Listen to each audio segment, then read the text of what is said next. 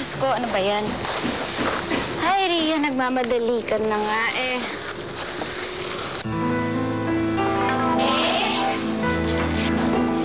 Babe!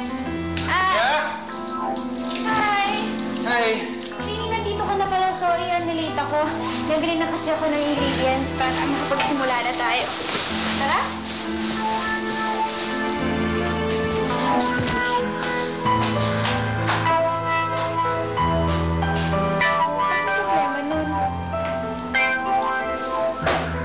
Ewan ko. Siguro, ganun.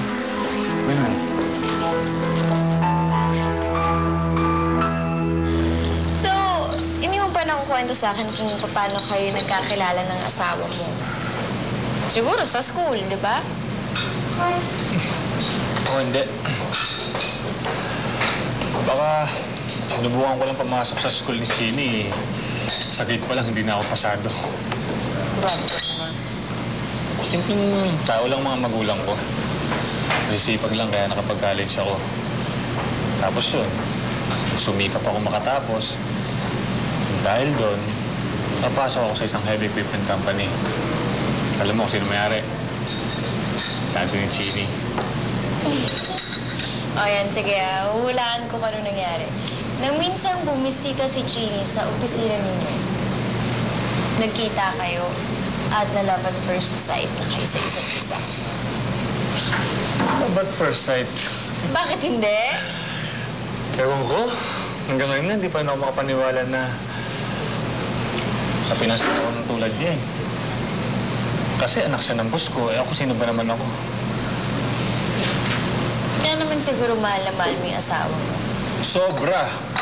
Sobrang mahal na mahal ko yun.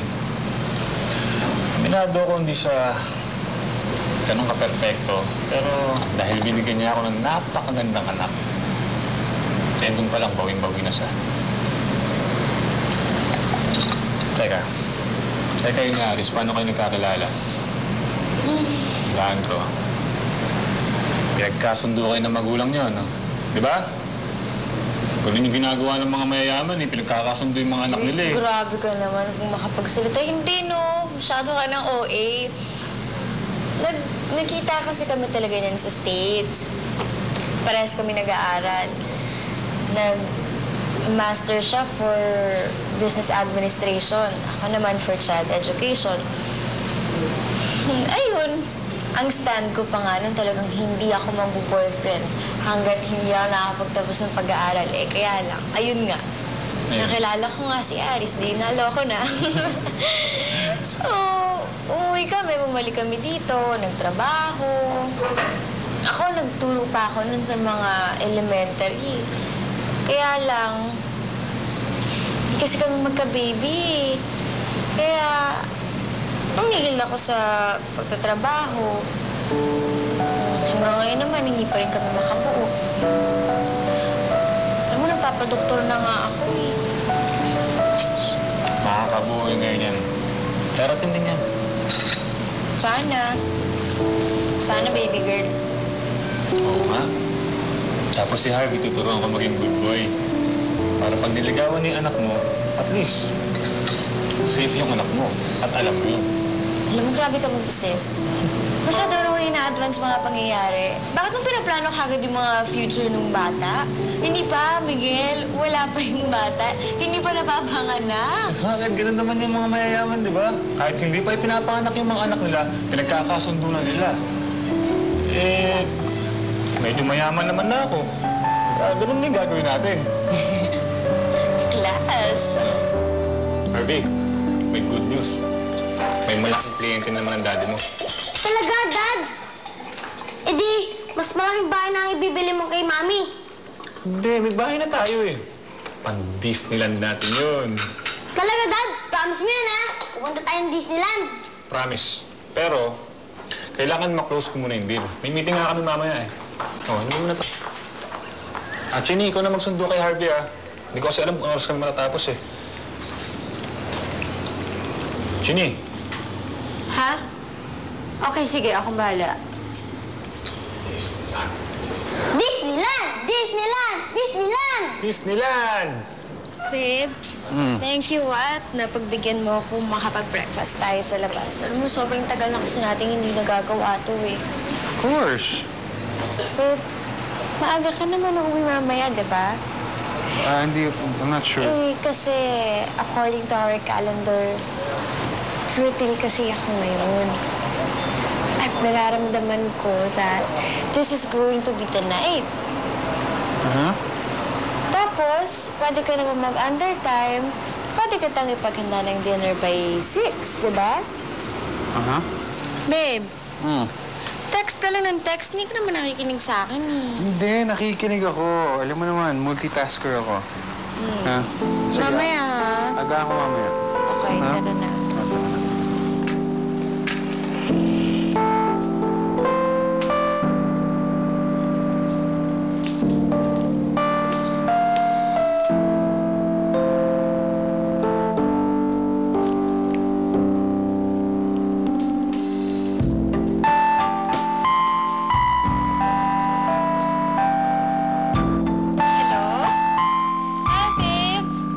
All systems go tayo, ha?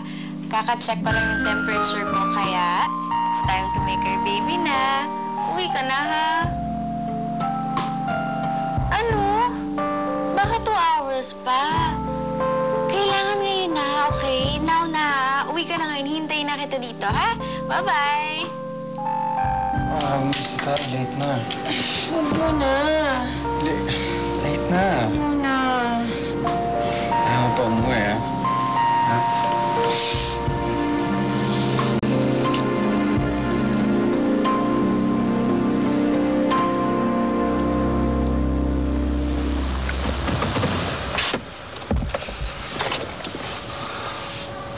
Harvey, tama na. Tama na. Late ko na kasi nakuha yung message ng school mo. Sorry, hindi na mauulit, promise. Mom forgot me. Mom does not love me anymore. Harvey, hindi.